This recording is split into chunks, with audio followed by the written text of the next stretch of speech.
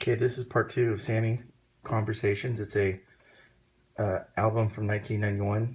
It came out back then, and it's just an interview from the UK. Part two.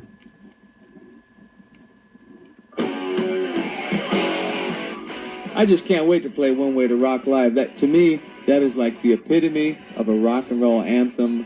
I think that follows in the tradition of Turn Up the Music and Red, Love or Money, This Planet's on Fire, Space Station Number 5, and I've played it once live, and it was incredible.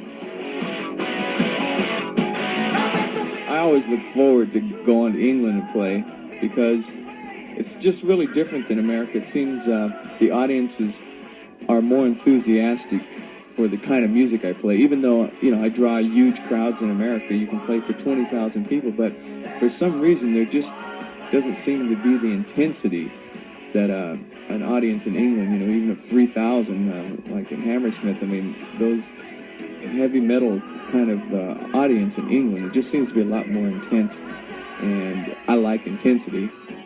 It makes me put on a better stage show. If people are going crazy out there, I go crazy, and it's kind of like we try to outdo each other, and it ends up being a really high-energy, action-packed show.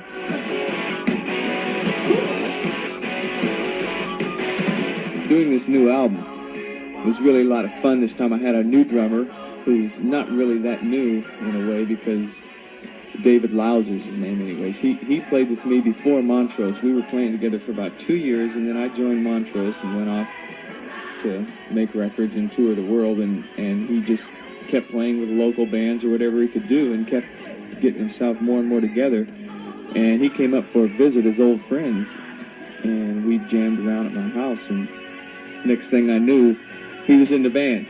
And Gary Peel's still on guitar and keyboards, and of course, the Electric Church is still on bass. And Keith Olsen produced this album. It's the first time I really feel like I was produced. The last few albums, anyway, I produced them or had something to do with it. And it's really hard to sit back and judge the band objectively and then go out there and have to play your part. And usually, every time I play anything or sing anything, it's the best I can do.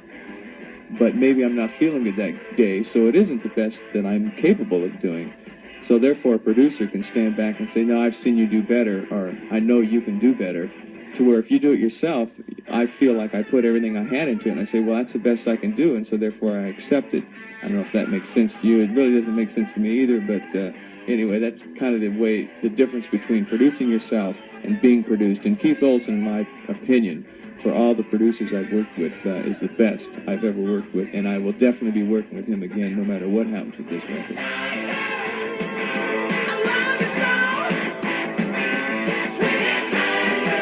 Sweet Hitchhiker is what you call coastal rock. It's really oriented towards California and the West Coast because people are very much into cars and driving around, and there's a lot of people hitchhiking in California because it's beautiful weather. You never get caught in the rain.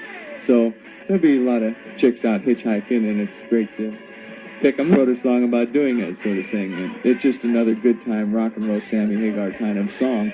A lot of people have asked me about what kind of amps we use, and everybody expects you to use, 300 Marshalls on stage and to have them 50 million watts of power to blow your ears out, but you really don't need that.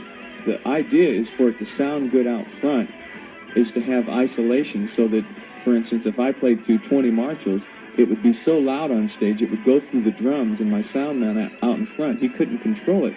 He would have, when he tried to bring the drums up louder, my guitar would get louder too, because it would be bleeding all into the mic. So we try to turn our amps all weird different ways, and that's why I like to use scrims. The main objective is to try to make it sound good out in front and to feel powerful on stage. I mean, I have to have enough amp to where when I hit a note, I have to feel it and hear it. I mean, I can't stand those little transistor radio sounds, but we don't play extremely loud on stage. It's probably about as loud on stage as it is out in front.